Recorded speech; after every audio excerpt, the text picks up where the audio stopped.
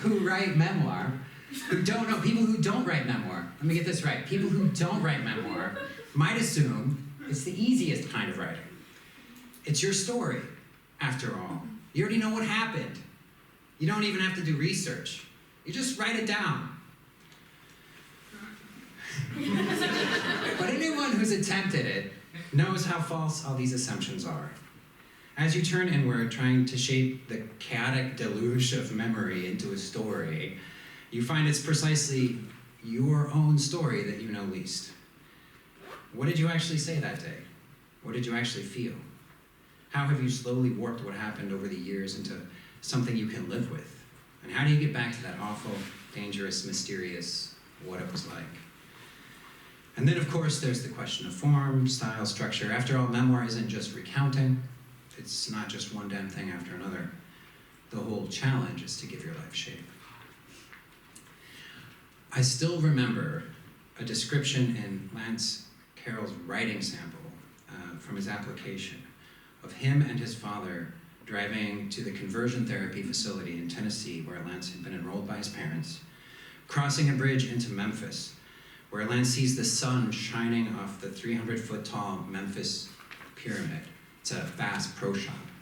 But it's this incredible thing, and he just, the description of it, he describes it as a pillar of fire piercing his left eye, exploding down his optic nerve and branding his frontal cortex with a triangular shape. This unforgettable image, I haven't been able to shake it, barely begins to suggest the luminous, transformative, visceral intensity of Lance's bold and metatextual memoir, Kairos, which uses the Book of Hours, found texts and illustrations reminiscent of illuminated manuscripts, and shifting perspectives to give vivid form to the chaotic strangeness of adolescent sexual awakening, the claustrophobic constriction of institutional captivity, and the mind-bending trauma of being subjected to persistent attempts at psychological reprogramming. Kairos is a shattering and astonishing work of self-discovery and aesthetic reconstruction. It's a singular book, a courageous book. I'm honored to have been able to help Lance work on it in whatever small ways. I'm certain it will be a remarkable debut. And there's actually a little bit more you're going to hear about Kairos later. So, but in the meantime, Lance Carroll.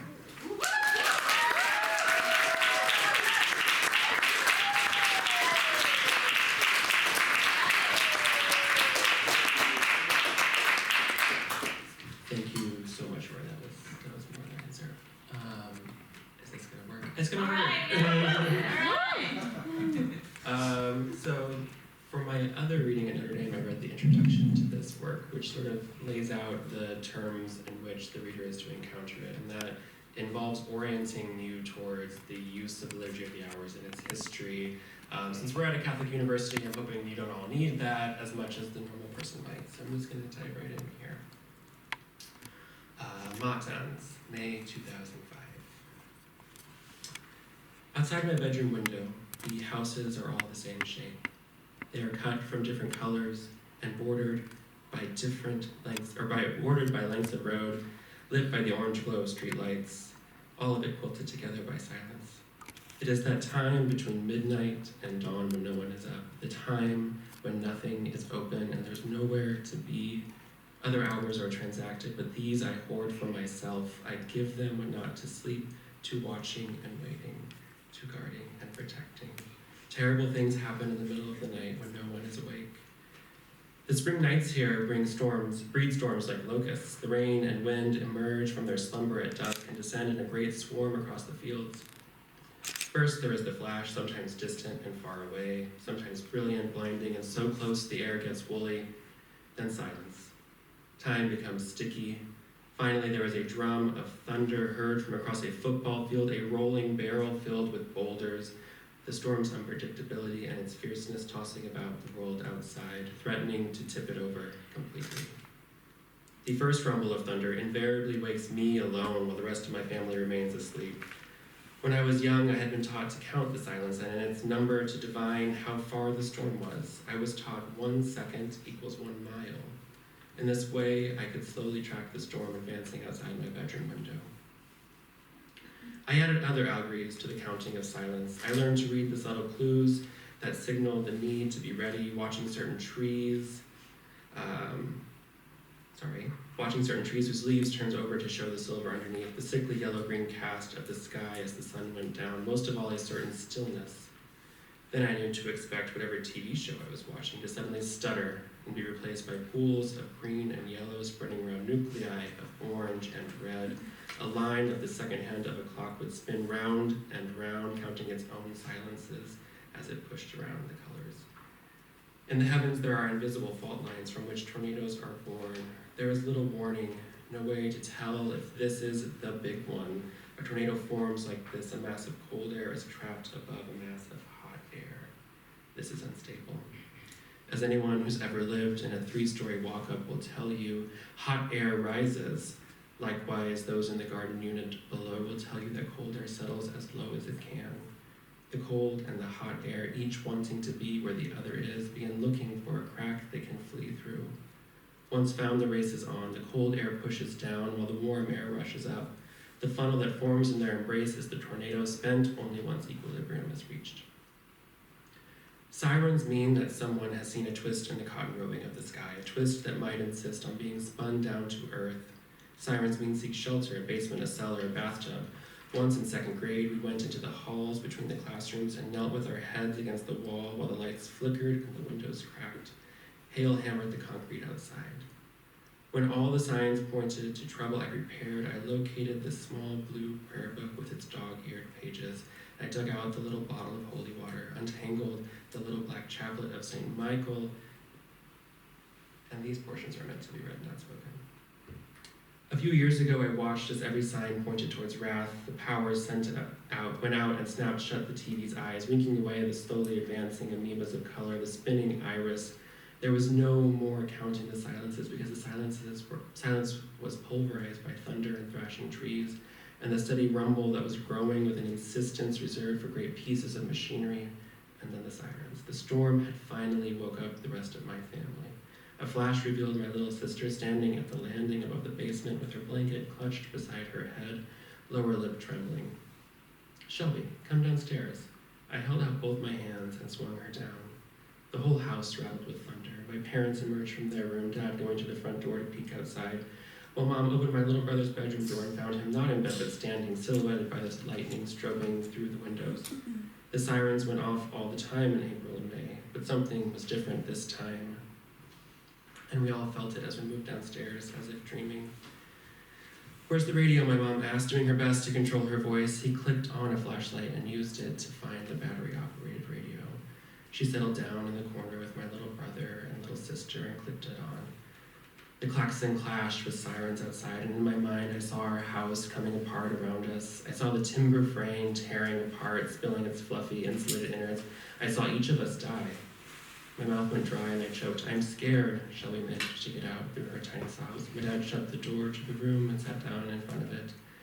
I was speaking the words of the prayer, inaudible over the storm, vibrating through the entire house. The thin paper of the prayer book bent with sweat. The words lost their pleading tone. I simply stared down at them I simply stated them as though they were the case, and then they were. The windows ceased rattling, and the train left the station above our house. We were safe. Outside, the lights had stopped shedding their orange glow, and the streets were littered with leafy green branches. The golf course behind us had a 100-foot wide black tear in its pristine lawn. My grade school down the road, the one where my mom taught kindergarten, was completely destroyed. On our house, not a single shingle was disturbed. It turned out that my parents were not so skilled in interpreting signs, at least not when it came to me. The youngest version of myself that I can remember was always a little more delicate than the neighbor boys, shying away from the creepy crawlies in the creek where we played, At recess, I would stay as far from the rowdiness of the soccer fields as I could. Campus and in the world. And while I'm sure that's exhausting AF at times, I am so grateful for the role model you've been for me personally, Kalie, as well as your peers. So Kalie, thank you. And now take the stage.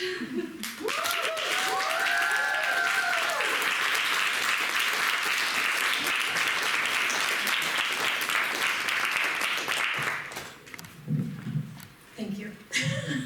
I'm going to try not to cry, so I can't acknowledge that too much. So, this past year, I had the great pleasure to see Allison Parrish, a poet who I so admire, speak on campus. And I think for her, as well as me, we both appreciate the process almost as much as the poetry, so I apologize that you have to listen to me talk about it for a second. Back in 2016, I decided to be a writer again for the second time in my life after walking away from it for a minute. And I took my first Intro to Creative Writing course at Weber State University, where poet Laura Stott had us complete an exquisite corpse with our classmates. And then together as a class, we also created a poem. And from there stemmed this love of community poetry, which is what this whole project Today Aries is based on. So it would feel a little odd for me, personally, to be the one to read this part of the presentation. So I asked a few of my fellow poets and classmates to participate with me today. Today Aries is a poetry generator that is, as of today, live on our website, that creates erasure poems that I was experimenting with while I was trying to write this work. I would draw a 3-card tarot spread and create an erasure from the 3 cards and their meanings, which would create a poem. And I had to do that because I was unable to generate poetry for a little bit, for a couple months. And so this was my way of playing a game with poetry again. And this creates randomly a 3-card spread based on every card in the tarot for you. So they're very short poems.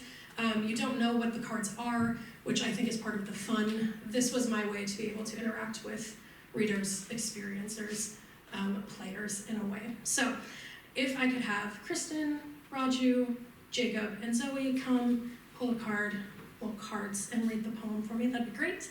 And then I will close out with the voice of the computer itself.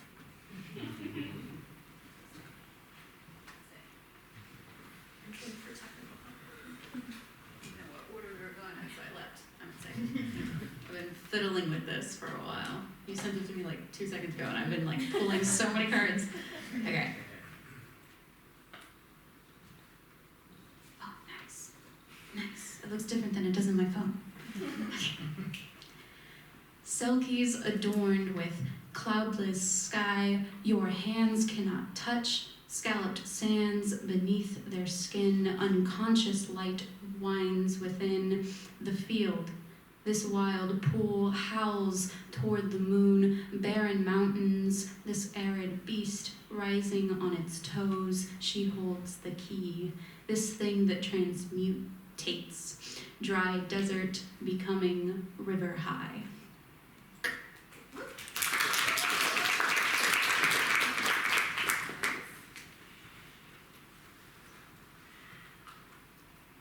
Hello.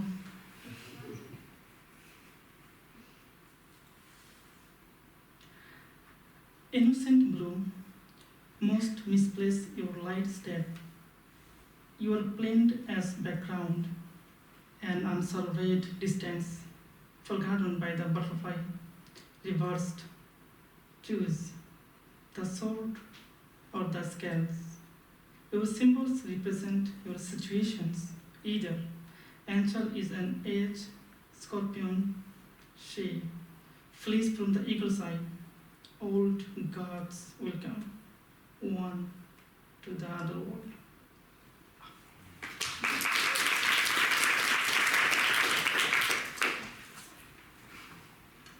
I didn't wear my glasses.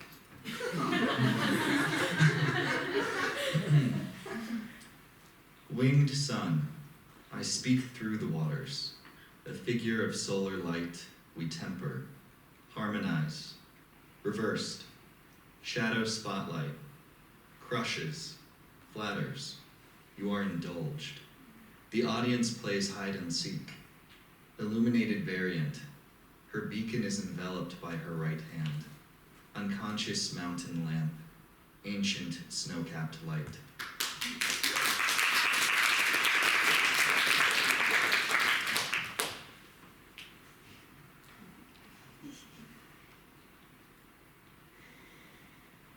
Foreground winged inhuman figures, unveiled as earthly body, follied senses. Covenant me in secret fall, we were false. Selkies adorned with cloudless sky, your hands cannot touch, scalloped sands beneath their skin, reversed. Shadow stage, unfinished play, you were dropped into the sky.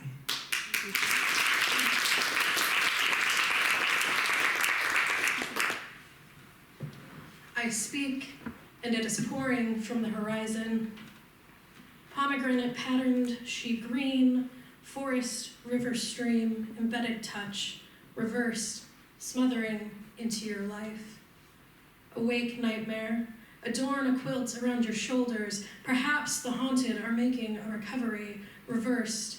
She declutters a light, sly sky, tense wound reopened, indeed, translate yourself and sink deeper. Reversed. What book has she created? This poet farthest from Mother Nature, motherboard sparks, a setting sun on a binary garden, a horse within the poem. We will leave it here, for it has no other home. This is not your hometown. It's okay to build a goodbye. Reversed. She, queen sea, cups the angles of your body, bright blue reflected between ocean and sky.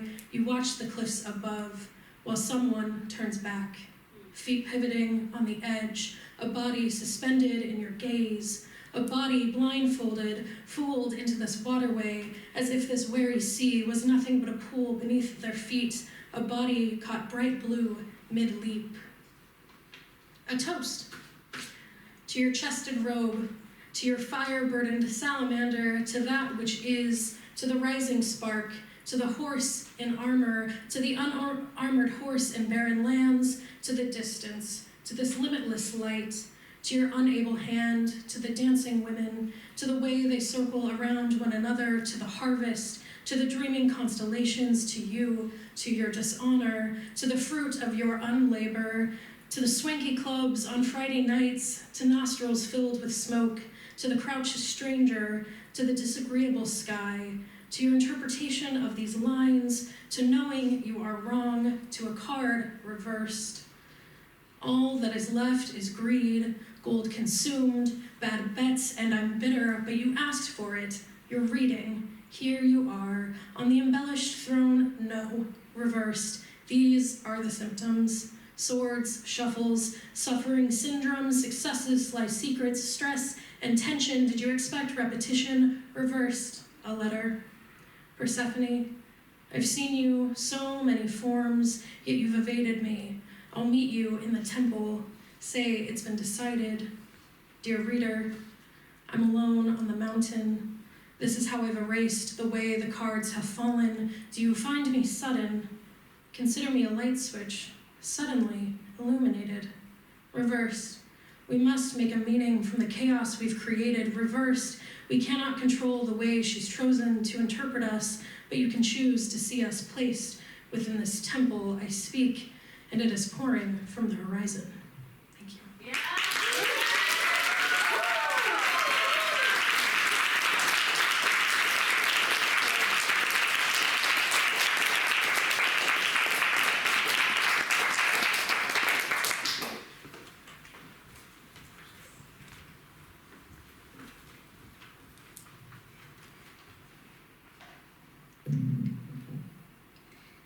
So one of my favorite aspects of teaching creative writing is that I get to hear about the different places my students have come from, or might have visited, or might imagine. The places we are from, the places that somehow provide a map of both our private and public cultures, they speak to us about the ideas of place, of our home, of our continent. even of nationhood. They define us as much more even than we define them. These ideas are the preoccupations, too, of Arman Chowdhury's thesis project, Silt Island. One of Arman's many admirable qualities as a writer is his ability to engage with and think critically about the world. The novel arises out of Arman's engagement with climate change, the political landscape of contemporary Bangladesh, gender, and a critique of contemporary capitalist culture. However, despite grappling with these big ideas, the novel is fundamentally poetic, didactic, and a work that showcases Arman's many gifts for language and lyricism. Silt Island is not a place that is uniform or sanitized, but it is simultaneously familiar and deeply unfamiliar. It does the thing that we want all good writing to do. It defamiliarizes. Silt Island is a reflection not only of Arman as a writer, but a deeply talented writer who approaches his work the way most sophisticated writers approach this task, thinking about a work analytically, artistically, ontologically, spatially, and politically. Arman's fiction is both powerful and poignant, and not only has something important to say, but manages to do so artistically. Charles Baxter points out that literary epiphanies are kind of like religious revelations. The veil of appearance is pulled aside and an inner truth is revealed. A moment of radiant vision brings forth the sensation, if not the content of meaning.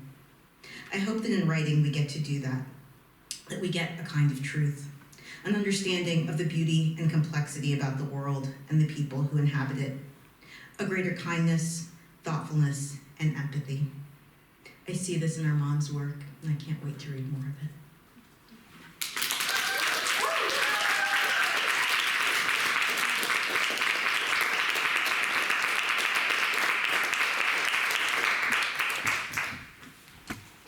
Thank you, Dion. That was super nice and very accurate. I'm thinking of transcribing parts of it and, I don't know, putting in my query letter for agents. But, so I'm gonna read from my novel, Silt Island, at the beginning of my novel, a couple of fragments. It's written in fragments, and the fragments are kind of testimonies from the narrator, and she's addressing a judge. So think of yourself kind of representing like a truth and reconciliation committee. Yeah, I mean, I think I'm not going to read from the beginning of the novel. I'm going to start at fragment number 3. We were girls aged between 7 and 12, trainees, hungry for permanent work. We were scheduled to spend 6 years in the Hexagon, preparing to become professional e-waste recyclers. We lived on an island of trash in a post-carbon, post-literate world, oblivious to our existence. Our first business of the day was to sing the national anthem of the most gracious nation on earth. At the break of dawn, we trooped through a tunnel and emerged into a clearing called the Circular Lot, made 6 lines, 1 per cohort, and unleashed our vocal cords. Smog interrupted our vision, making it cumbersome to locate the display board affixed to the barbed wire fence before us. The display board tracked our oral performance. The barbed wire fence separated us from the dunes of e-waste. The chorus had to follow a predetermined melodic pattern, break a certain decibel of loudness. If it didn't, the deputy headmother killed our performance with a screech, a supersonic death whistle of sorts, striking out in all directions from her heavy-duty helmet, flinging us off balance, making us retch. Have you no shame? The deputy headmother asked. She moved among us with arms crossed over her chest, her clogs thumping gravely on the sand. Have you forgotten who you are? I tuned out her words at this point, especially as the years progressed and my brain matured into adolescence. Such non-questions diminished our sense of purpose, injured whatever self-worth the cabbage heads and I conjured from the depths of nothingness. Singing was antithetical to our nature. Singing was a waste. As trainee recyclers of electronic trash, we were supposed to be preventing waste, not proliferating it. Where does your food come from? The deputy headmother went on. Who pays for your education? Perhaps now, as a fugitive, the significance of the morning assembly is more obvious to me, Your Honor. Our formation on the Circular Lot, our mothers facing us, the display board tracking our loudness and testing our loyalty. It was all pageantry, but pageantry was the point. Singing the national anthem was a means of expressing our gratitude to the host nation, a way of acknowledging our debt. In her serpentine manner, this was what the deputy head mother was trying to drill into our heads. The anthem itself was a pastiche of the classic ode to pastoral land and exaltation of native flora and fauna. I chanced upon a translation after I fled Silt Island. I'm not going to invoke it here, but it was inked by a mainland poet at the turn of the 20th century, back when humans were wombed inside Earth, and as I understand, ignorant of her looming demise. Our mothers demanded we enunciate each word clearly, yet deprived us of the meaning of the song. The anthem was written in Bengali, the host nation's mother tongue. As non-people, as descendants of stateless refugees, we had no right to their language, which is why it was prohibited on the island. We only spoke in the common tongue of our employer. We were never to speak or think in Bengali, never to mistake our lineage or forget our history. Who rescued our ancestors from drowning in the sea? The deputy head mother asked. Who gave our people this land to live? She screeched and screeched until we were all on our knees. Forgive us, deputy head mother, the cabbage heads cried. We are bad girls, forgive us.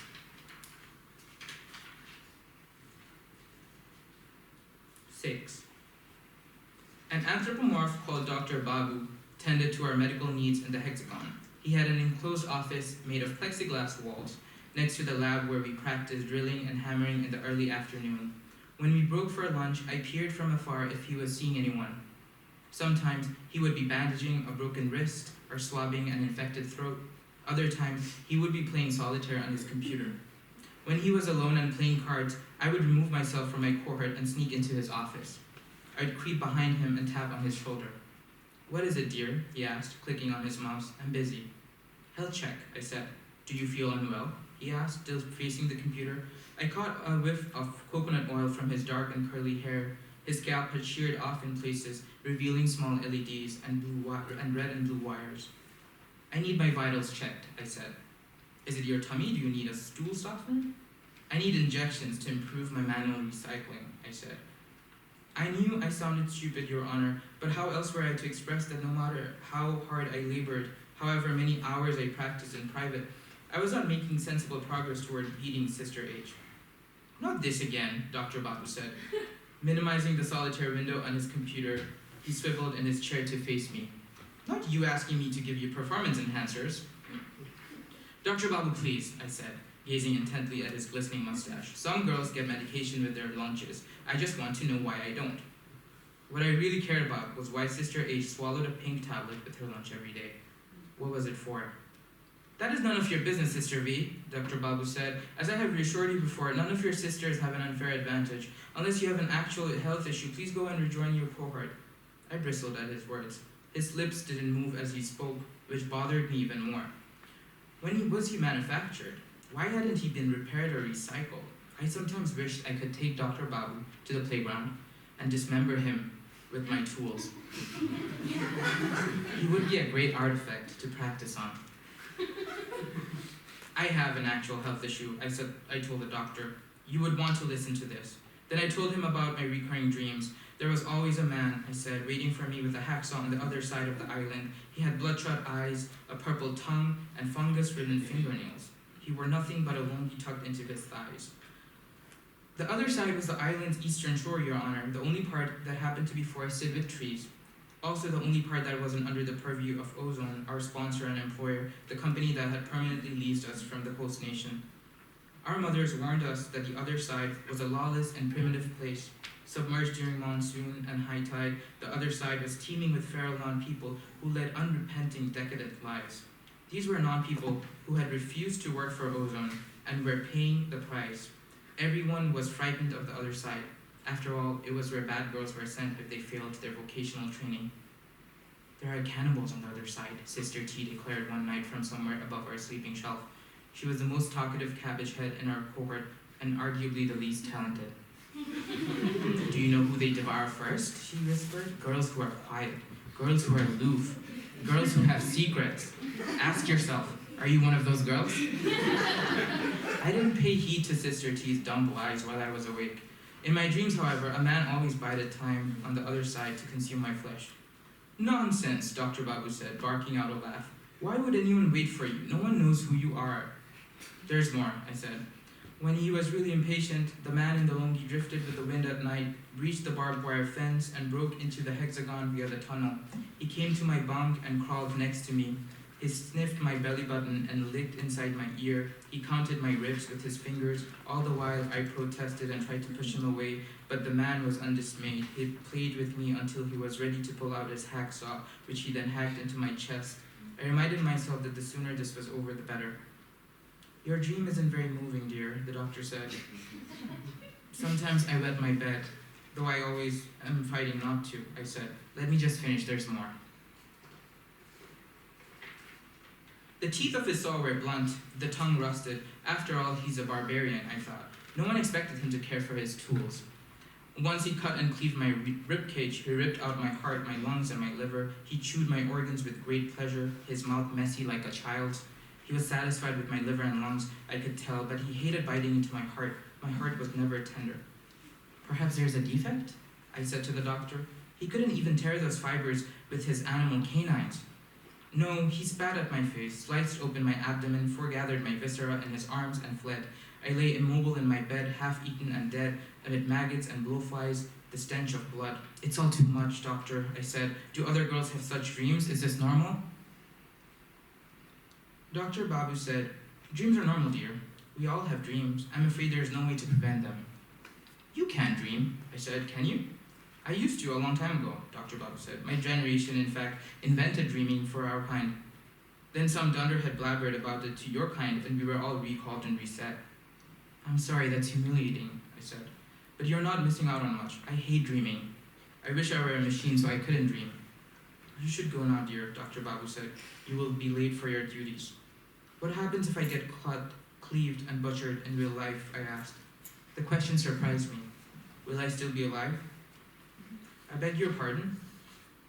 Like, what if someone hurts me while I'm sleeping or when I'm not paying attention? Awake or not, if you ever sustain an injury, you're supposed to come see me first, he said. I'll do an inspection and run a diagnosis. If I deem you're out of commission, I'll inform your mothers and we'll proceed from there. Oh, I said, so you can put me back together and I'll be good as new? Dr. Babu squinted at my eyes, gave me a piercing look and smiled. Sure, dear. Thank you.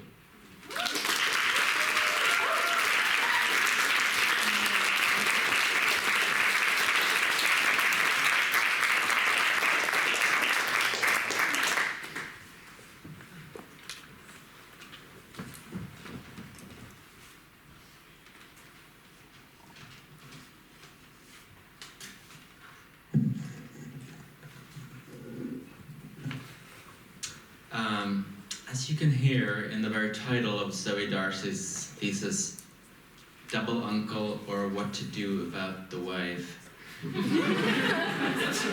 This is a poem that vibrates in ambiguities, accumulations, and doublings. Even the or of the title is really an and, not to mention that there's a third unsaid title, What to Do About the Double Husband.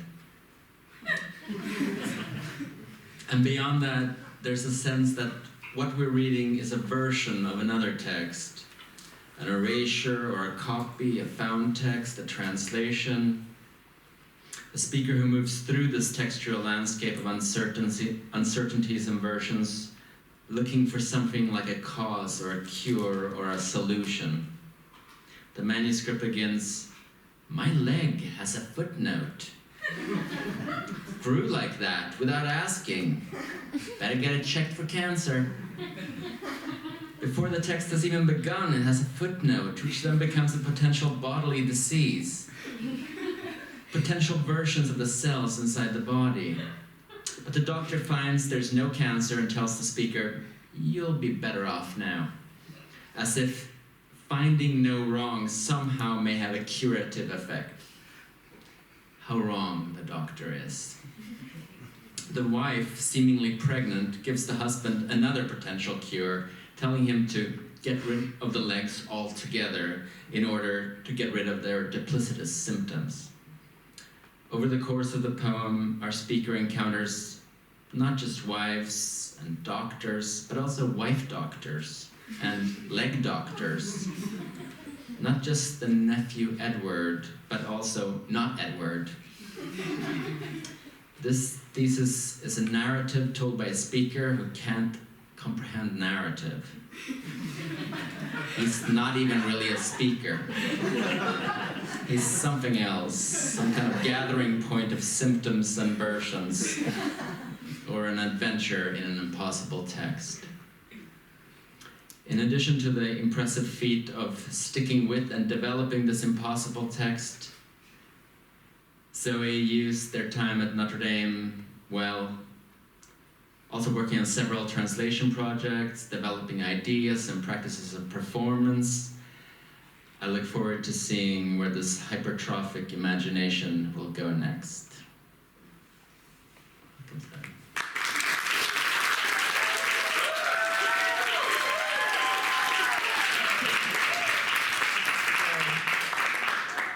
Thank you. Oh my God. I feel like I don't need to read it. So I'll pick up from the second page. And then I'll read a poem. Docs must be lying, my wife said. I understand your concern. So we propped the leg up on pillows and listened for a week, in case of autonomic leg speech. She kept a baby monitor for work hours. It was sensuous, not empirical. We agreed on that, in different kinds of truth. Wife said your feet are duplicitous, shit-talking delinquents, double and quadruple crossing, and if you want to be a genius about it, you have to get rid of them. Better off. Leg doctor was actually pleased to relieve my ankles of their enemies. She said, it's true, the feet are the warriors of the soul, but sometimes you should watch your wife, sir. She said after removal, I would never listen to feet. I would never have advised it. Ears, hearing all kinds of body parts, can become fragile. You should get them checked, she mentioned. My wife has a good practice if you cross the backyard. I swung through the trees. Chapter 2. In trees, I kept banging into billboards. Curse my nephew, Edward, whose name grew into heaven like a tree, heaven that was a TV.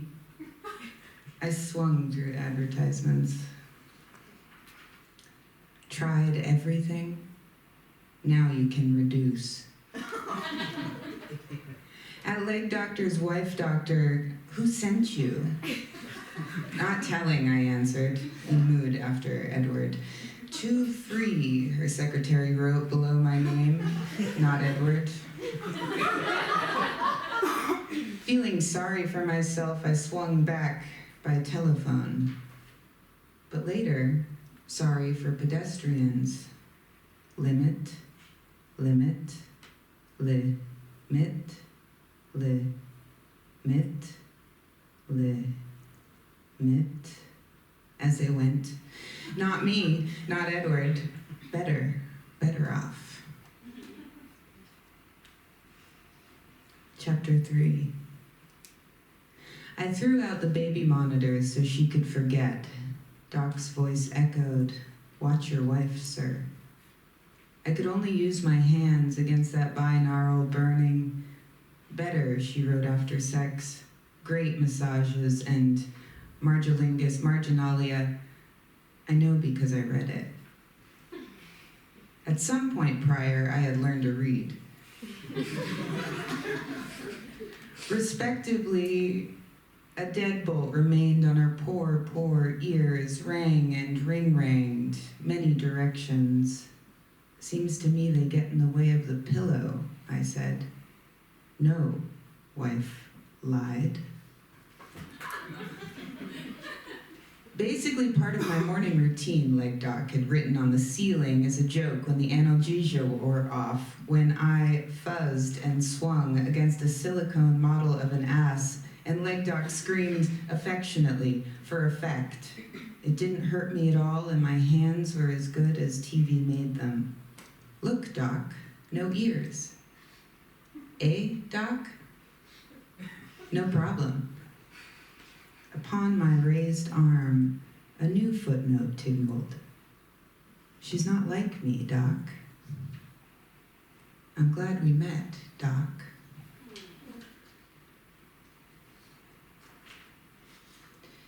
I think I'll read a poem now, actually.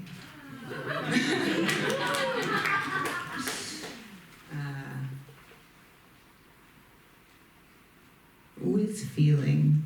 I wrote this like a couple weeks ago, and some of you actually heard it recently, so sorry. Let me pull myself together. The important recurrent question is where the light hits. That is, I watch where it shits. I ask for this with complete abandon. I want proof. I want provenance. Show me where the light is shitting. I'm sorry. I want geodesic distances, diuretic suns. Oh, I want childhood. You're telling me I can't have that. Listen, I was childhood. And I traveled so much I can weave longitudes into major works of art. I get famous. I got famous. Suddenly, everyone is talking about longitudes. This gets famous because no one understands distance. I don't know the difference anymore. In this way, I start bleeding like a dove on stage, and it is familiar, not the image, which will never be famous, but the math of this performance and its practical hysterics, its lovable and predictable gymnastics, the method of it. I don't know the difference. I dove like a bleak instrument, and all memories become pinkies in the muffled hum of void. That is, I get stuck in the little holes of the audience, and I can't say a thing. They're just so passionate. They speak. The effort of my wings flapping makes a sound as loud as an imagined rain and symptomatic of fists on violins and doves on hamster wheels. And when you are beating the instrument the way you think you ought to have, but didn't. Am I crazy for being yoga-pilled when I'm a conductor of transcendent victimhood and anger? Or am I crazy for making myself into a flute that journals of its own disaster? Imagine the porn that would come of my private orchestra. All I know is the difference between a DJ and a live set. Just imagine how deep inside you it would reach in heat. The steam of 1,000 hands making sentences which waterfall into crevices, and we hear in ourselves a longing so long we tune out the sound of war behind and in front of us. Is that the purpose of literature? No, that's violins. Now, doves hum the radio and AI writes TV, but I'm insensitive. It's like I'm talking or I'm taking or making speed, but in an envelope of sound. Now, where's the spotlight? Now, where's mine? Now, tell me where you want it. Now, buy my subscription and listen. Thank you.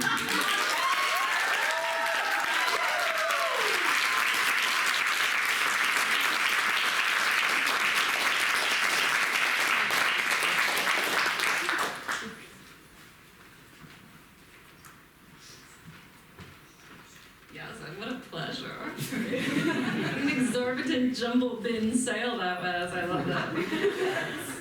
Okay, so families, friends, colleagues, thank you so much for this opportunity now to introduce Kristyn Garza, a poet of achievement and daring, and a scholar activist with the potential to make utterly necessary interventions in both academia, the literary world, and the world at large. Kristyn's creative and critical endeavors co-constitute each other. She writes poetry with the curiosity and technical proficiency of a Mayan astronomer, and she pursues interdisciplinary study with the tenacity of a poet. Kristyn's poetry is further distinguished by the sureness of its voice and the fearless way it turns itself formally inside out, sometimes elapsing in the dreamlike precinct of the prose poem, other times strategically occupying the page in concrete and hand-drawn forms, or forms involving altered documentation, text, images, etc. While her themes are necessarily dark, the joy of discovery shines like a cat's eye in that darkness, and Kristyn's poems deploy with velocity from their inventive titles to their dazzling last lines. In so doing, her poetry triages for both Kristyn and her readers a sight of collectively arrived at fullness and a model of transformation which reverberates after the poem's conclusion. On a personal note, I truly admire the stamina which Kristyn brings to her investigation of poetic form and its potential to provide a rubric for re-envisioning and reconfiguring the ways we imagine our plural place in the world on a global, regional, local, community, familiar, and interpersonal scales. Her identities as a Chicana daughter of a Mexican immigrant and as a border native, her search for a hominess, is necessarily involved in a movement outwards and an ability to charge the experience with ultimates, a cosmos unfolding through symbols and familiars in an altar in an apartment. I look forward with joy and expectation to what she will learn from her own studies and investigations, and with gratitude towards what she will make next. And for now, Ms. Kristyn Garza, please take the stage.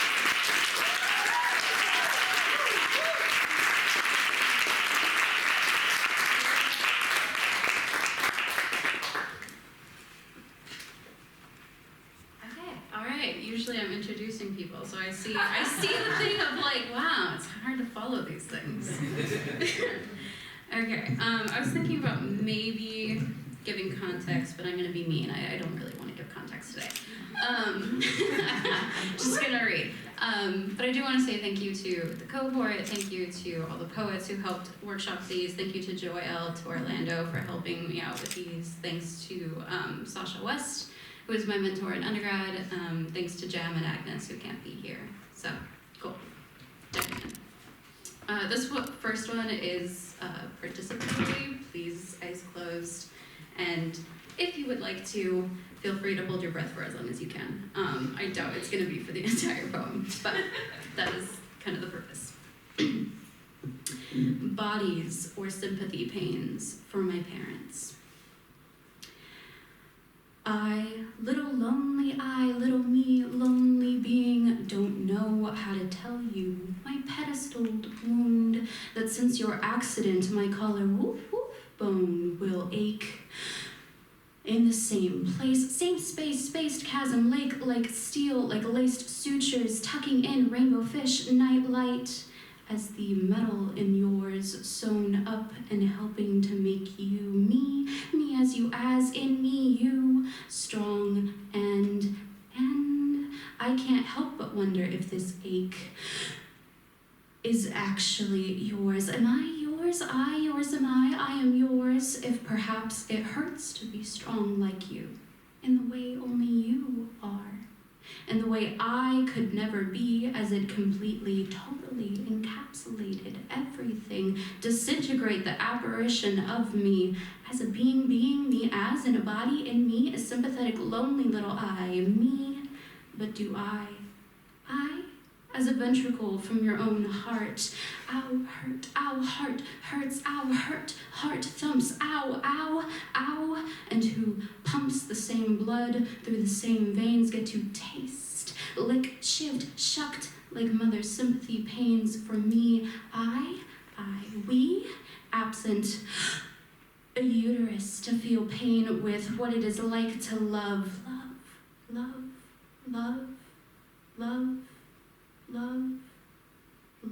someone so deeply chasmed being chasmed into love, deep loved chasmed being, that you collect their aches and place them like babes in a sack sewn, sutured, a cracked clavicle, cracked lacing of stitched loving into your own bones to share. Fuck I, me love to share. Fuck me, I share and love, and their bodies mourning of its own pain. Shoulder, the heart hurts, lonely, I am loved by you. You totally body me, I and ache and ow, I little yours, night lighting the chasm, love you, me, body in pain.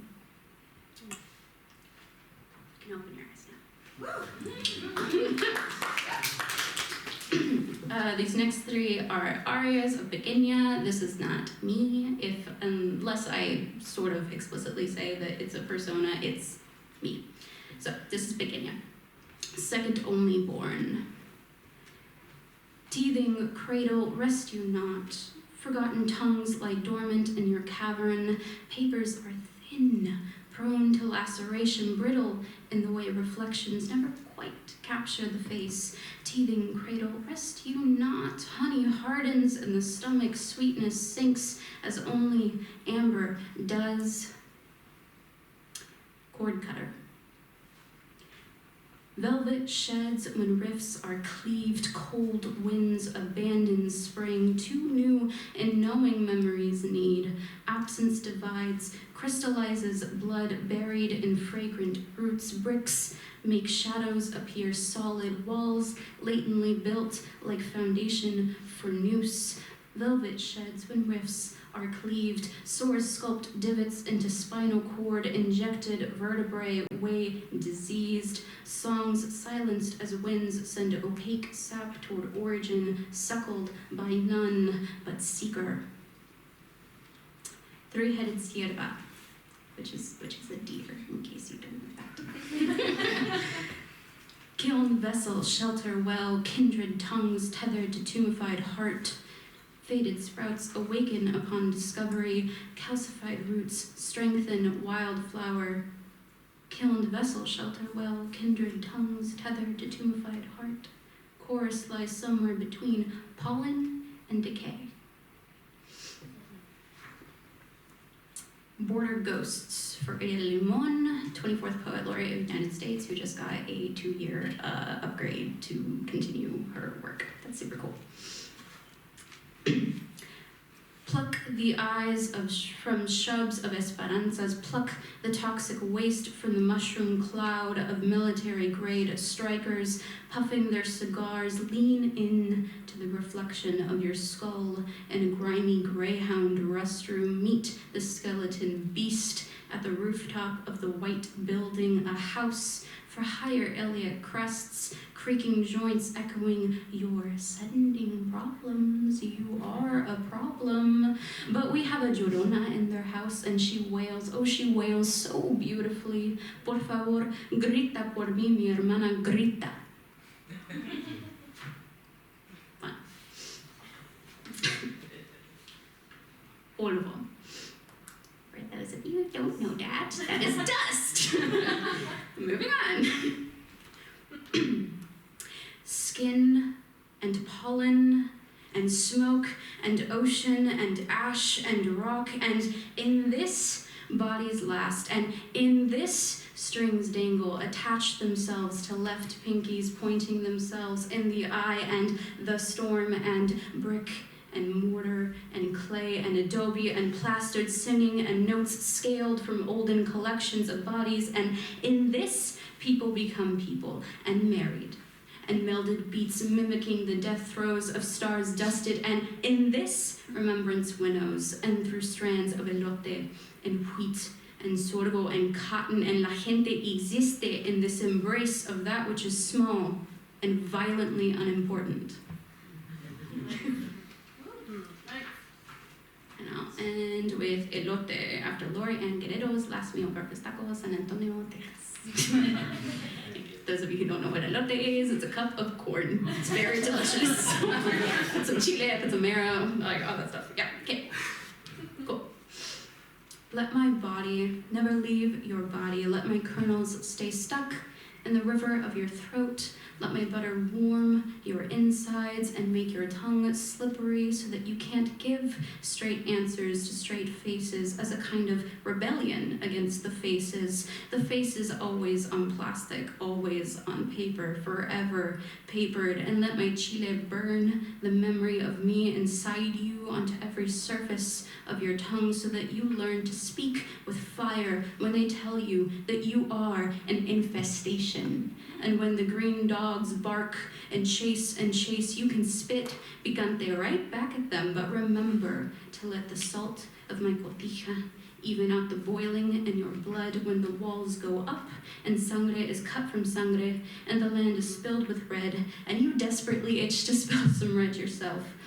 Remember what it feels like to love something so purely, so full of innocence, so full of trust. Let me be the last body you consume, all my lessons and those that came before, intrinsically tied to the roots, shooting deep into the earth from your feet, and with which you are both everything that has been and everything that continues to be.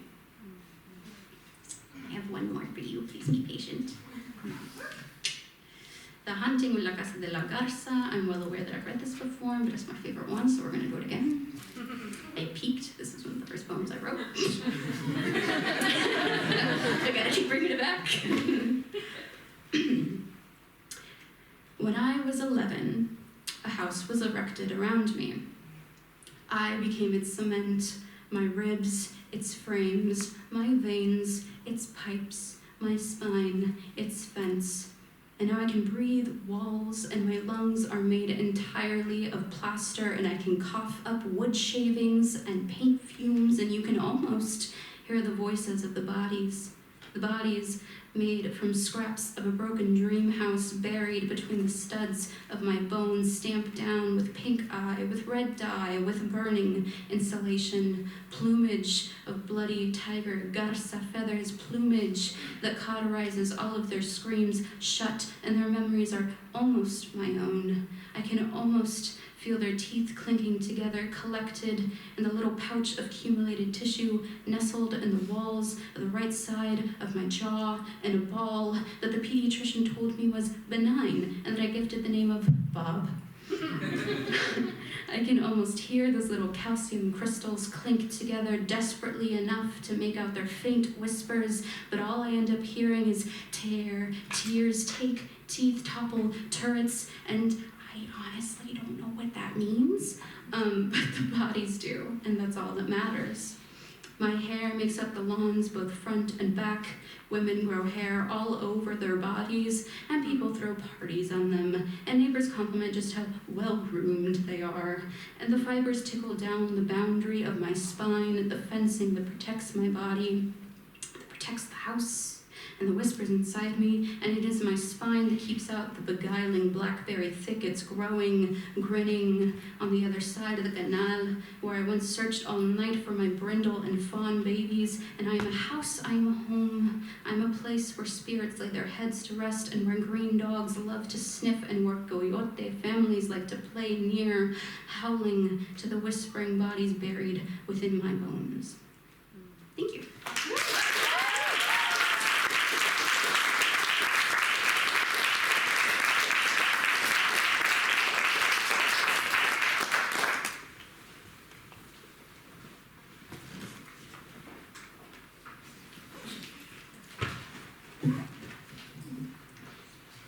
When Raju Kalam talks about his poems, he makes them seem really sensible, even logical. And when you first read his poems, they may have the veneer of common sense. But the second you start to think about the words, they kind of pull the rug out from underneath your feet. I'm tempted to give some of my favorites, and I'm gonna give in to the temptation. Sometimes you look like the fear that wakes me up at night. Or the bee hates to leave the tulips. Still they go back home, no matter how safe the air is. Or air conditioner stops shouting now. I realize why I do not realize its mind as it runs and throws away my mood. There's this great leap and vibration in these statements that make them so beguiling. As a reader, I generally don't like to be lectured by poets, but in this case, I can't stop reading these poems that seem like they want to lecture me, but then instead draw me into a world of paradox. Raju, who publishes as Lovely Raju in an homage to his mother, who addresses him by this moniker, came to us from Bangladesh, where he studied to be an engineer, but his love of poetry brought him here to Notre Dame, where he has charmed and bewildered all of us. A few months ago, I challenged Raju to write longer poems and to see what he might do with narrative. And over the past semester, he has given us a steady flow of remarkable narrative poems where the narrator seems both absolutely uncertain, yet absolutely sure of himself. And I'll give you one last quote from one such poem. Quote, "It did not seem like an airport, but we were there to fly." I'm always confounded and inspired by Raju's imagination, and I look forward to hearing him read every time.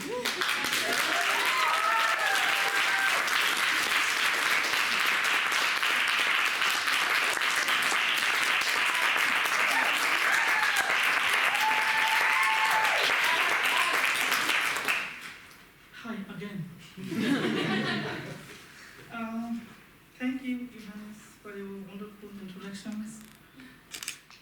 I appreciate your suggestions and feedback on my manuscript. I would also like to express my gratitude to Joel and Orlando, particularly Joel for inspiring me beyond the workshop. To my poet and writer friends, thank you for sharing your ideas and insight. And also, I would like to extend my special thanks to Paul. Where's Paul?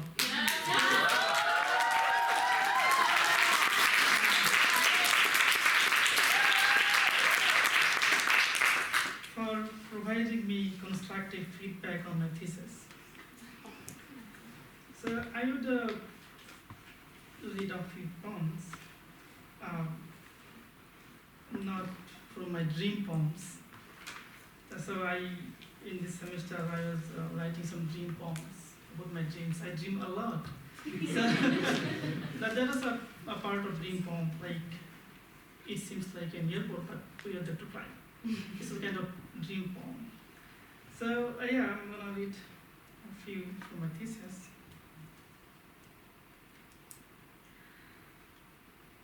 Violence. The balcony is as calm as still water. The violence remains inside this calmness. The car right before me watching my move. When I look into its eyes, it turns into a scary spook. A man carrying a rifle seems to be going hunting. I do not know who will he hunt. He aims at a deer to kill it. Violence is in his eyes. Violence is in his body. The eyes of a woman killed my reality. How sweet the violence. The car still remains spooky, even in my fancy, when she borrows the sky for me. God's violence. I want the flow, a flow of God's violence, more and more. Then a little way of the torn light, a light that my hair spews will dry the sun. Yet I'll see me burn and again move on saving the earthly stains that are given to my body. I feel a flower in my eyes. Then a garden blossoms with a sky lost in the petals. I feel another home grows without a man who sold his blood for shelter. He is lying on the platform. I feel he is living now. A stray cat calls my name. His eyes are full of sandwich that I hold in my hand. I feel the sandwich in his belly making nutrients for my cornea. I tell him not to vomit the love. He rushes to the bush. I don't know why. I feel another corpse in my eyes. A feast for flies. All the petals in the garden turn into bullets. Alike. The person sitting on the bench looks me differently. He seems suspicious. Maybe I too am a danger to him. But I walk nicely and smile by myself.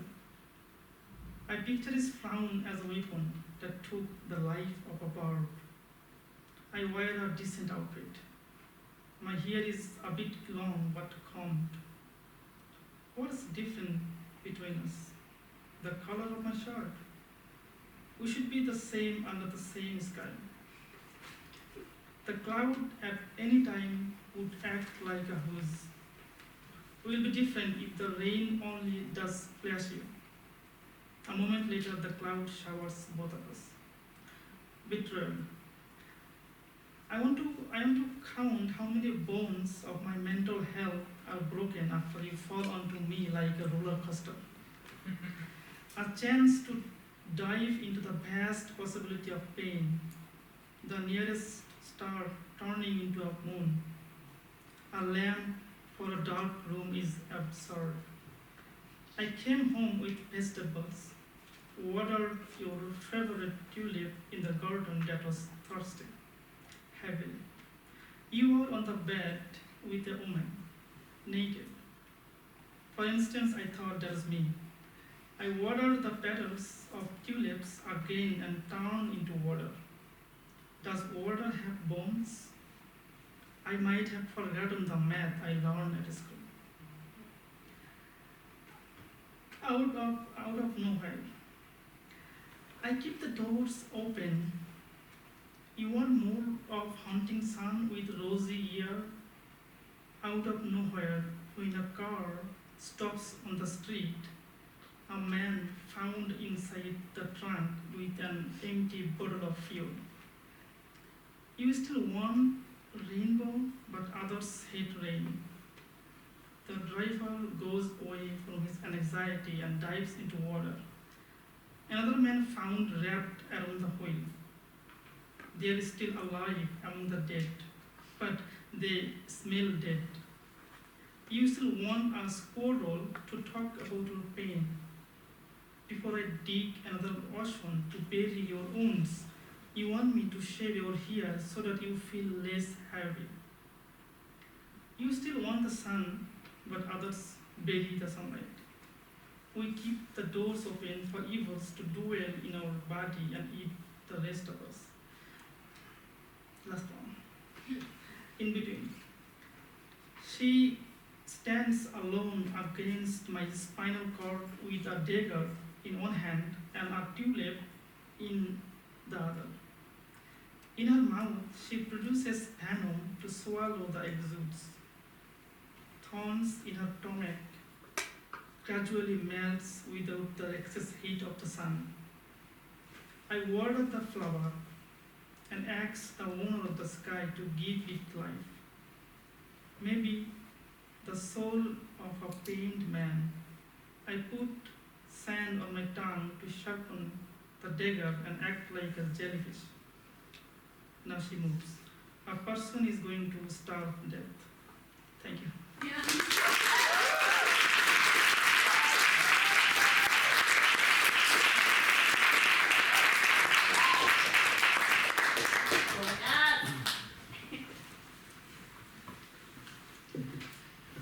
Wow, there's a picture of the dome here. All right. It's like a Thomas Kincaid does Notre Dame. It's really nice. What's that? It's home. It's home. It is. Beautiful place. Woori Kim's novel, Weightless, Nameless, tells two intertwined stories, connected in ambiguous and subterranean ways. In the first, a girl named Seung-hyun is renamed by her parents Suji because they fear a supposed curse laid on her family, a curse for which they blame the death of her brother and sister, a curse which they hope is connected somehow to her name, and so that thus by renaming their daughter they can protect her.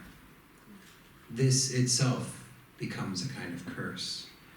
The girl struggles with her new name, her shifting sense of identity, her grief from her sibling's death. Strange things begin to happen. Words lift off from their grounding. Her new name slides off her in class. She sees other people's names floating in front of their body. Suji writes the letters of her name on herself and then cuts them off and then starts to do things with them. She starts imagining she's being pursued by a wolf, then a train, and slides bit by bit into an increasingly hallucinatory dementia. Alternating with Suji's story are chapters telling the story of Hyori, a young boy living in a strange, visionless society where people spend their days piling up mounds of soil and live in constant fear of this horrible, slavering monster. Nobody in this society understands what seeing means. They don't see. They live in a world of touch, scent, sound. But as Suji slides into mental illness, Hyori correspondingly begins to develop sight, which frightens and isolates him as much as Suji's mental illness ungrounds and isolates her. The two stories reflect each other, refract each other, and move relentlessly toward a conclusion as mysterious as it is inevitable, while also being complicated and intercut by a third story, an ambiguous off-kilter retelling of The Three Little Pigs. Throughout, Woori merges folklore and speculative fiction and rumor in a coming-of-age story gone awry, a story not of integration, but of disintegration. Weightless, Nameless seethes with intense attention to language and phenomenology, sense and meaning, grappling with questions of naming and identity. It's been a pleasure and a privilege as Woori's advisor to watch this thesis develop and grow and change, gaining in intensity, turning itself and the world inside out through language. Woori Kim. All right.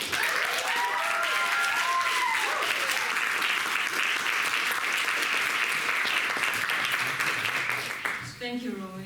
Actually, I was gonna introduce my thesis, but you saved my time. Actually, I have changed the plot a lot. So my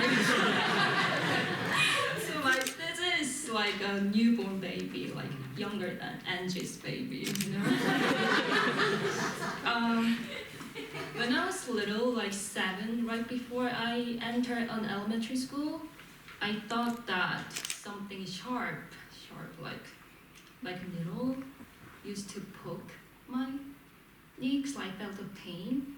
And whenever that happened, I imagined myself pulling out of the thread out of my knee. And I'm interested in the component of an individual, and I also have interest in a way to that I can explore the idea in a way something abstract can be, and something abstract is materialized.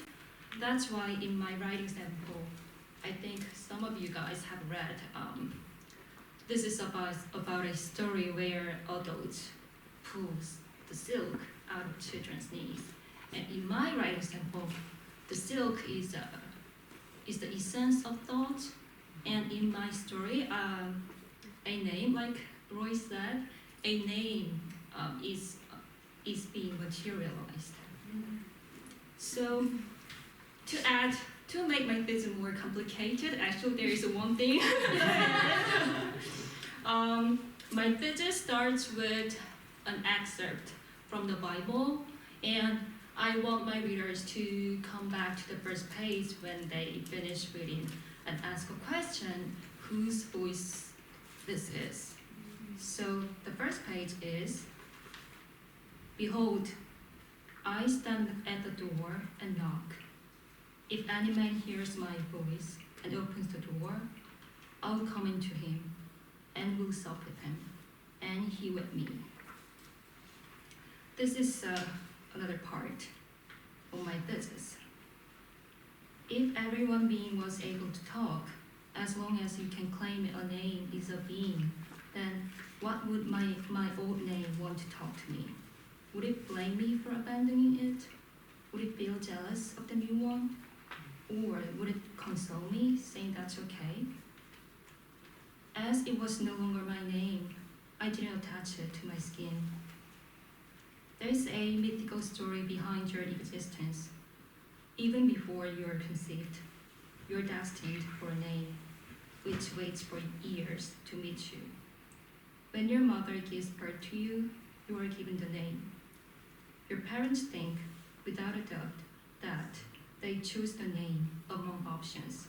But the truth is that the providence of heaven has pulled their strings from behind. Their mouths speak your name like marionettes. A happy ending follows. You and your name have become you. Here's the illusion under which you don't think you put yourself. From some point, when you think you have established a solid relationship with your name, you are inseparable from your name, your identity, which is another word for name. The truth is, a name isn't automatically registered as you. Only an arbitrary assignment and an accidental encounter exist between you and your name. Your name is the most unfamiliar being to you, and vice versa. You should make an effort to get to know yours, and it takes time to be close to it. That being said, your name easily comes up unless you pay enough attention to it. My father used to say. Treat it right and kind, my mother used to say. This is another part. My names, the old one and the new one both, easily came off of me. When I coughed, my new name sprung out of my mouth. When I wrote a say-so, of course by myself, it fell off of me. At the moment my feet pushed off the ground.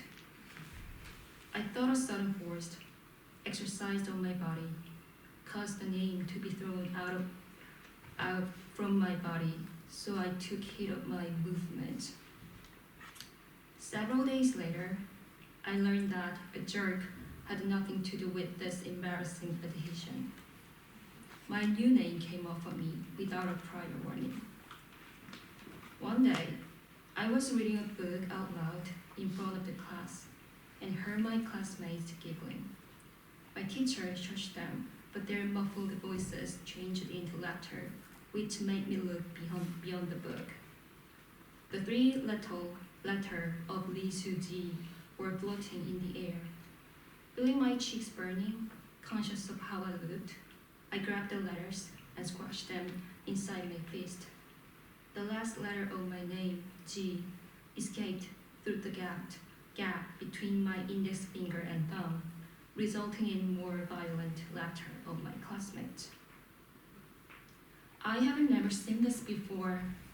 Another Susie in my classroom said out loud. I have twice. My mom said this thing only happens to those with dementia, Minji said. Silence, my teacher said, giving us a stern look. Thank you, Susie, you can sit down. Right after session, I lied to her that I had a migraine and asked her if I could leave school early. She never seemed to buy my words, but she said, okay. So after this thing happened, the wolf starts to come visit her room, asking that he has picked her only. So, like I said, after the story ends, I want my reader to come back to the first page, so I'm gonna read the first paragraph again. Behold, I stand at the door and knock. If any man hears my voice and opens the door, I will come into him, I will sup with him, and he with me. I want you guys to think about whose voice is this. Thank you. O'Connor and Hester had many years of letter exchanges that carried within them these reflective meditations on religion, writing, and living. There's an honesty to these letters, a sense of assuredness in the written word, and an understanding of its power, the capacity of the voice. Angie Lorang's writing is precisely that, assured, invested, critical, and surprising. But more than anything, Angie's voice is unique to its own experience, determined to outfit the world with the immediate sensibilities of rural Missouri, all while looking to deconstruct much of what mainstream culture tends to disregard. There is an immediate human quality to Angie's writing, and it is demonstrated through her thought-provoking and exhilarating thesis, Dry Bones, best summarized as a family epic of the Ketch family. By exploring themes ranging from religion, rurality, the grotesque, and the quotidian, Dry Bones wants us to see and hear the Ketch family with the same urgency the Compson family demands in The Sound and the Fury. Yes, it is an ambitious novel that channels the likes of Flannery O'Connor and Dorothy Allison, the strange and graphic like Donald Ray Pollock, but also a playfulness found in the work of C.S. Lewis. This is all to say that Angie's gifts as a writer are plenty and varied, and she employs those talents with a facility that is admirable. I've had the great joy of working with her over the last year and can attest to the beautiful strangeness in her work. One that offers uneasy revelations, subversive humor, and a deeper understanding into the inner demons that occupy many of our imaginations. Maybe I'm biased because I've spent a total of 10 now plus years in the neighboring states of Missouri. But her writing often leaves us meditating on the capacity that the Midwest region has in uncovering the truths and histories of these United States, and perhaps closer to some semblance of the sublime. I look forward to seeing Angie's published work in the years to come, and I'm excited for everyone to hear her singular voice. Please join me tonight in welcoming Angie Lorang.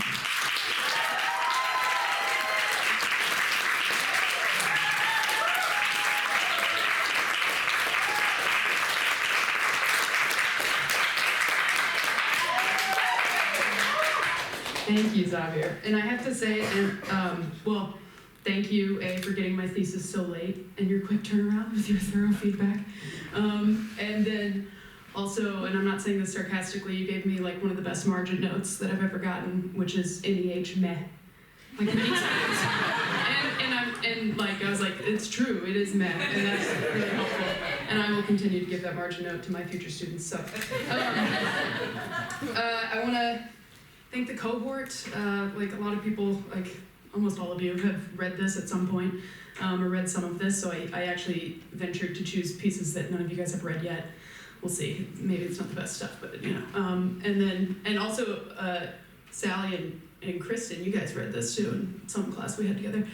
So thank you for that. Thank you for the eggs aboard being here. I see you guys.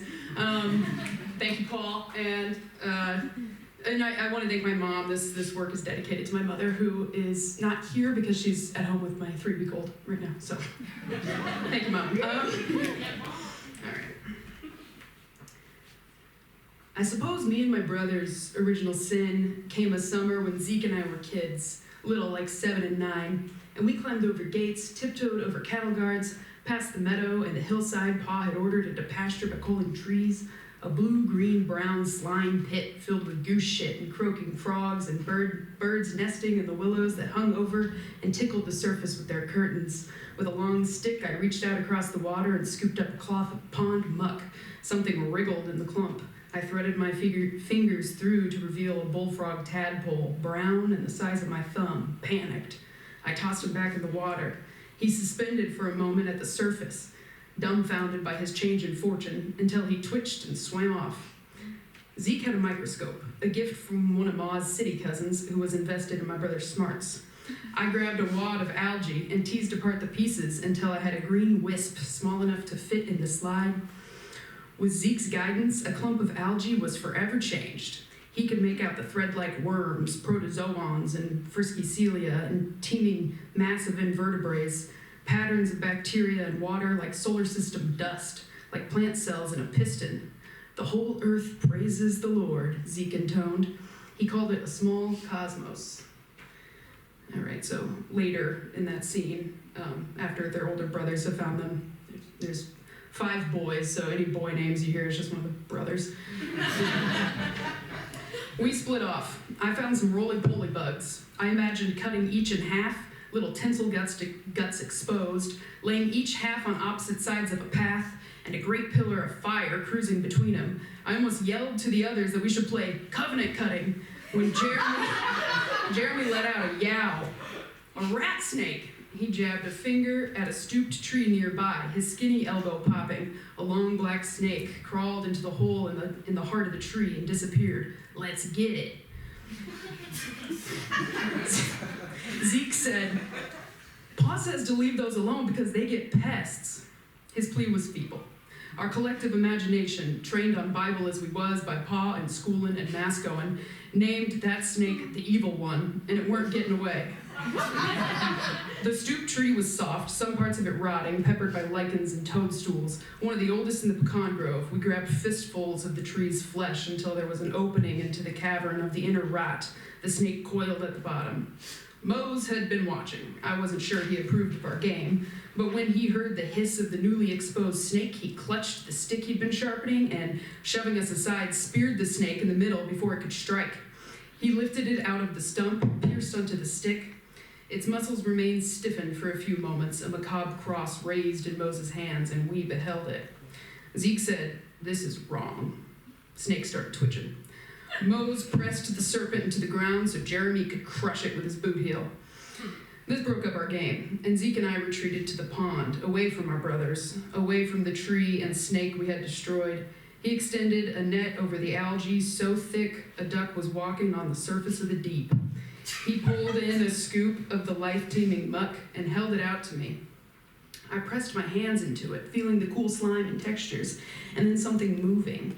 I expected a minnow or a tadpole, but it was a frog, a small bullfrog, with 2 heads and a third leg coming out of its belly, croaking and squirming. And I don't know what came over me, but I yelled, and then I smashed it, and the blood smeared with the salt residue of the rock, and I looked at Zeke, and he had tears in his eyes. And I ran off and climbed a tree and stayed out of sight until dark.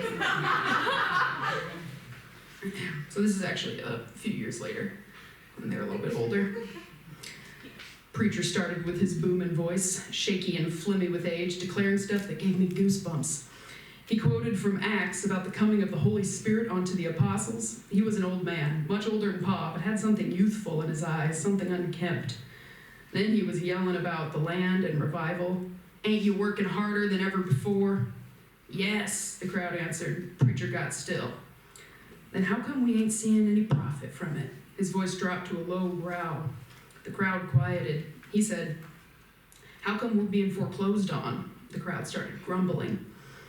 And now we got all these runaways and squatters making a demon drug and forcing it on our youth. The crowd started mumbling. The devil's own candy. The crowd was rumbling now. But, now listen, we know Satan works with God's clay. That's right, ain't it? The evil one uses instruments. There was silence again. So who been his instrument? Preacher's wet eyes searched the crowd, frantic with Holy Spirit fire. How come there's a couple of farms getting big while the rest of us go under? Preacher's eyes found Pa and held. Let us pray for these lost souls. Pray that though they eat of the tree of knowledge of good and evil, they may not be damned. And then the Spirit started coming over lots of folks, hands raised in the air, foot stamping. And when I heard it, I shuddered.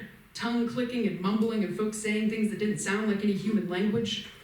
Jeremy was one of the ones slain in the spirit. He was lying in the aisle, kind of pulsating, eye whites dancing in his skull.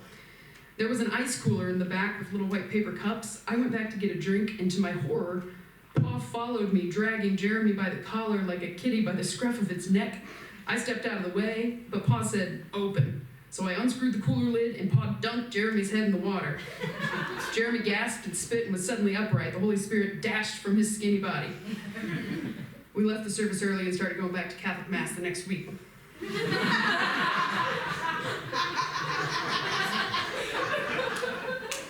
And then this is later that year. Jeremy pulled the cap bolt gun out of his jacket and pressed the nozzle into the bull calf's forehead. With the pull of the trigger, the metal bolt pounded and retracted against the calf's skull. He crumpled to the ground. And the burnt offering shall be flayed and cut up into sections. Jeremy had gone with his father to a commercial meatpacking plant once, Kansas City. Folks were dressed head to toe in plastic with hooks in one hand and cleavers in the other, grabbing onto a hock of meat and carving it clean. They had a machine that picked the flesh from the spinal column of a sick cow who otherwise wouldn't hit its meat yield. Jeremy recalled a man on a ladder with a roaring chainsaw cutting the bovine in half from their anuses down through their skulls. Jeremy set to work quartering the calf, bone sawing down the center, the swayed sound of tearing through rawhide and muscle fibers harmonizing with the crackles of the fire. The sanctuary candle flame beat against the red glass encasing. Jeremy worked until he sweated for some time, cutting the body into pieces. Then he pulled the fat from the muscle, the suet, the fat needed to be piled on the altar next to the head. He pulled a copy of the Bible from his breast pocket and bloodied the pages of Leviticus as he flipped to the instructions on gift offerings as atonement for sins. He licked his fingers to better turn the pages. Its entrails and legs shall be washed with water, and Jeremy did so. The priest shall turn the whole into smoke on the altar as a burnt offering, and Jeremy did so. And then Jeremy took off his shirt and dipped it into the basin of blood, thoroughly soaked. He shook it about, sprinkling blood against the altar, then the walls of the shed, then himself, and then he danced in the firelight. An offering by fire pleasing to the Lord. And as it burned, the scent went up in smoke through the shaft Jeremy had cut into the shed roof, up into the firmament, the stars, the God of his fathers, the God of the toad, the bull calf, the God of the snake. Thank you. All right.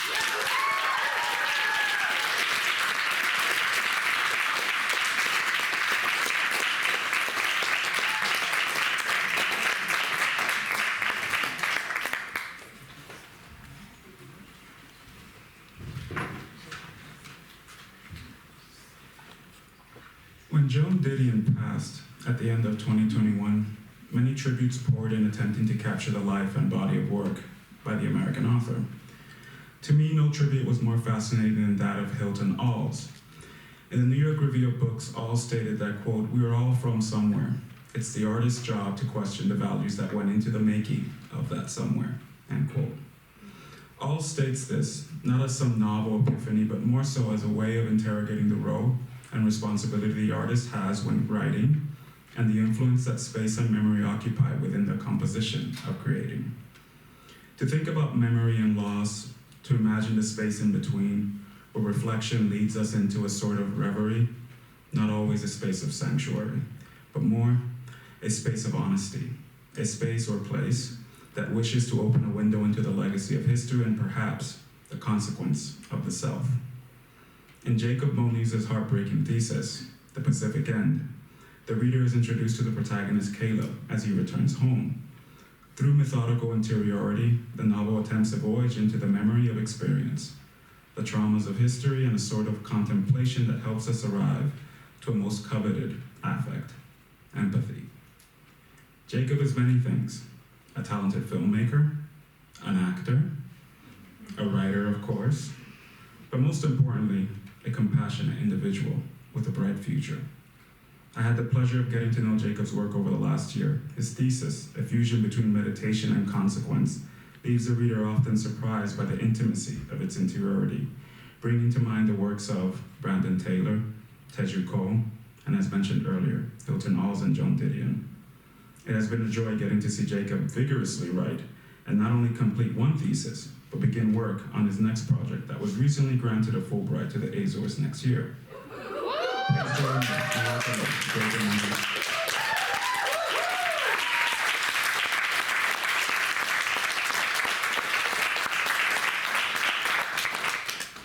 I'm retired from acting, by the way. Yeah, so usually when I read from this novel project, I use the first chapter or the last chapter, just because they're very straightforward and they're the easiest to read. So it was kind of a challenge to find something new to read for tonight. So this comes from what I think is still chapter 4, and I'll just provide a little bit of context. So Cal, the main character, has returned back to his hometown, and he's driving on the outskirts of this small town when he sees a bar that he's never gone into before, since he hasn't been back since he was a teenager. So he goes into the bar, and while he's drinking, realizes that the bartender is someone he knew from high school. And he does not want to interact with this person, whose name is Sarah, so he immediately leaves, and realizing that he's very close to the church that his first love, Brandon from high school, used to go to, he walks the distance to that church. And so I think I will start with the end of that section where he's looking at this church, and then move into the section where he returns to the bar. I'm going to start a timer so I don't go on for too long.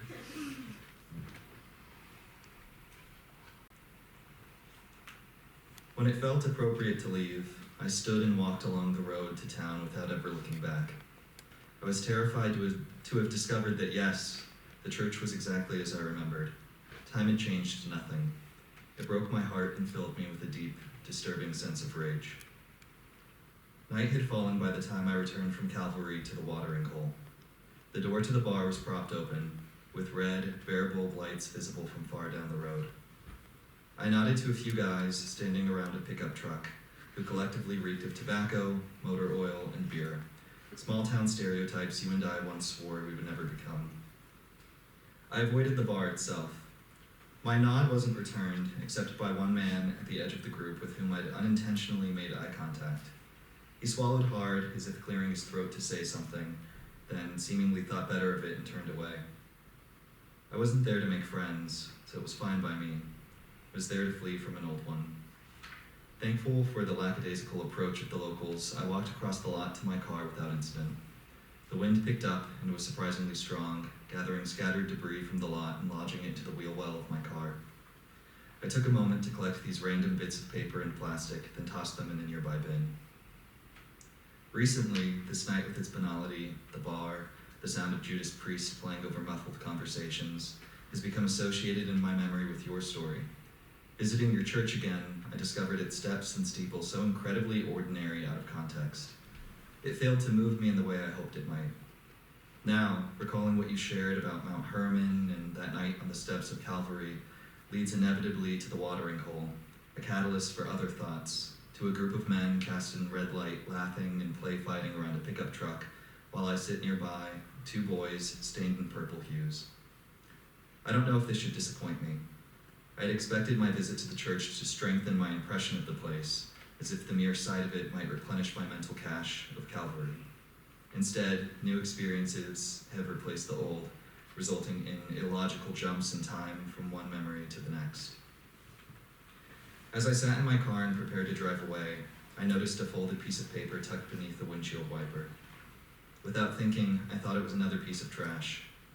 As I exited the car to retrieve it, I realized it was a note and reached across to unfold it, more or less predicting its author and the message they had written. We should talk. Come back tomorrow, same time. My shift is over then. Sarah. My eyes scanned the note several times, as if there was some detail I'd overlooked, and scratched at Sarah's words with my forefinger, as if that would somehow change the context of her writing, then folded her note back into a neat, compact square. It was written in pencil. My hands were smudged with graphite. Standing outside my car, I took a deep breath of air to calm my nerves. On the exhale, I blindly threw the piece of paper into my car in the direction of the passenger seat. Sarah's note suggested that she had the rest of the night off which meant that I was free to drink inside the bar without the fear of running into her. Before, when I said I don't drink, that was a lie. I'm sorry for doing that. It was true a few years ago, and it's true that the accompanying lack of self-control frightens me, but I've actually taken it up again on a semi-regular basis. I'm not an alcoholic or anything. It just helps me relax, really. I walked into the bar and prepared to have my eyes adjust to a sea of red light, but was surprised to find it less intense than I'd imagined. I pulled an old wooden stool out of the way so I could stand at the bar, which glistened with a strange and subtle wetness. The men from earlier had also entered the bar and were crowded together now at the opposite end of the room, with 3 or maybe 4 of them playing pool together in one corner. An older couple, a man and a woman, sat across from each other at a table in another corner by the entrance, laughing as they discussed something back and forth with ease. They seemed overdressed, wearing a navy Pratt knot tie and a silky pink blouse. Perhaps their version of a date night was a visit to the watering hole. I can't imagine that reality, a life in Ripon where visits to a seedy bar keep relationships alive. They spoke loudly enough that their voices carried, but I could only make out snippets of their conversation as it mingled with others being held throughout the bar. Even so, I heard their gaiety, their delight in being there with each other. A quick scan of the bar confirmed that Sarah had gone for the night, so I raised my hand and ordered. As the bartender poured my drinks, I watched the men playing at the pool table. The one that had acknowledged me outside was there. He had a strong jaw and wide eyes, but wore a loose blue flannel and dirty jeans, betraying a thin, wiry frame. He stared at the table and applied chalk to the end of his cue, then bent and successfully executed a curve shot into one of the corner pockets. He must have felt me looking at him. As he moved to the other side of the table for a second shot, his eyes caught mine and he nodded again, like before. I politely smiled in return, turned back to the bar, and downed several shots of whiskey. Sarah Storliden and I were never close, in the sense that we never saw each other outside of school, classes, and cross-country practices, except for her party at the end of the senior year. She was what you might call unassuming, but that's not to say that there was no life to her. I suppose I see her as an archetype of the kinds of girls we grew up with. She loved her father, went to church, did well in school, and dated an athlete. Never mind that she herself was an athlete, that's often overlooked around here. Truth is, Sarah and I were never close because she seemed like most girls on the surface. Most girls bored me. If I wasn't trying to date them, which I didn't, why bother getting to know them? I considered my old way of thinking and wondered whether I was ever truly good while sitting at the bar. As I did, I watched the men playing pool from afar, idly observing each successive game without paying attention to its rules, its turns, or most importantly, the winner. Feeling lonely, I turned at one point and had a conversation with the bartender about politics. It wasn't much of a conversation. We were ideologically aligned, which always makes for less interesting kinds of conversation. Even so, I felt a sense of achievement at having carried on a conversation with someone from my hometown. I've built that up in my mind as nearly impossible. When I turned back around again to the game, the group of men had all left the bar, all except for the one who had acknowledged me, the thin one in blue flannel. He was standing against the pool table with a beer in his hand, staring at the lip of the bottle as his thumb circled nervously around the opening. His jaw moved back and forth as if he was savoring a sip of beer held tightly in his mouth. Finally, he swallowed, hard. His Adam's apple was prominent, rising as the beer traveled down his throat. It lowered and he lifted the bottle of beer for another sip, repeating this process again and again and again. On the third repetition of this cycle, he caught me looking, but I didn't turn away. I had a sense of what he wanted. He smiled with an awkward grimace, then approached me at the bar. A glow of red light illuminated him from behind. That felt right somehow, as if a gaffer familiar with color theory had selected the night's lighting on my behalf.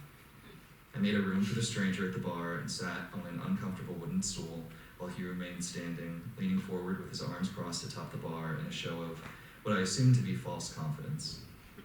If we met, my hands began to sweat and I wiped them across the top of my jeans as I studied his face, wondering who else I had managed to forget. Impossible that would happen twice in one day. Strong jaw, wide eyes, thin, wiry frame. These were traits I might remember. After checking his features against old high school friends, I felt relatively confident that he was, as I initially thought, a stranger. No, I don't live here. I smiled apologetically, reaching for my drink while I waited for him to continue. Are you sure? I thought we might have met before. He looked down at the lip of his bottle, fidgeting again. Beyond the question of familiarity, he prepared nothing else to say. A few seconds passed before he spoke again. Did you want to play a game? He asked.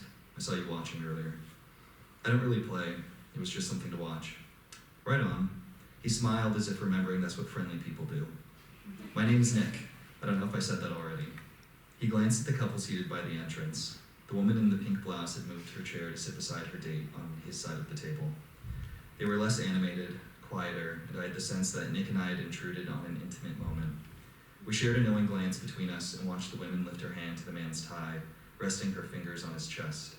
Her nails were painted the same shade of pink as her blouse, which contrasted nicely with the man's navy blue tie. She left them there to linger as the man leaned in to whisper in her ear. I'm going to skip ahead a bit. So Cal and Nick have a bit of a back and forth. And Cal lets Nick know that he's back in town to empty his parents' home because they're getting a divorce.